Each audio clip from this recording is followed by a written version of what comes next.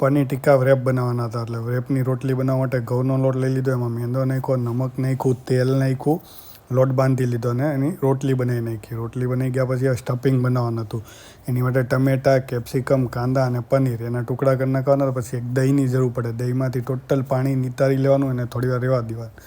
આમાં વઘાર ના કરવાનો, એટલે એને સિમ્પલી આ રીતે એક પેનમાં તેલ લઈને મરચું, હળદર, જીરું, ગરમ મસાલો એક પેનમાં મૂકીને ગરમ કરવાનું. એની અંદર પછી કેપ્સિકમ નાખી દેવાનું, ટમેટાં નાખી દેવાના, પછી કાંદાનું ઝીણું કટિંગ કર્યું હતું એ નાખી દેવાને. એને ઘડી વાર સાતળા રાખવાનું એની અંદર જ. પછી પેલું જે દહીં હતું પાણી નિતારેલું એ નાખી દેવાનું, કસૂરી મેથી નાખી દેવાની.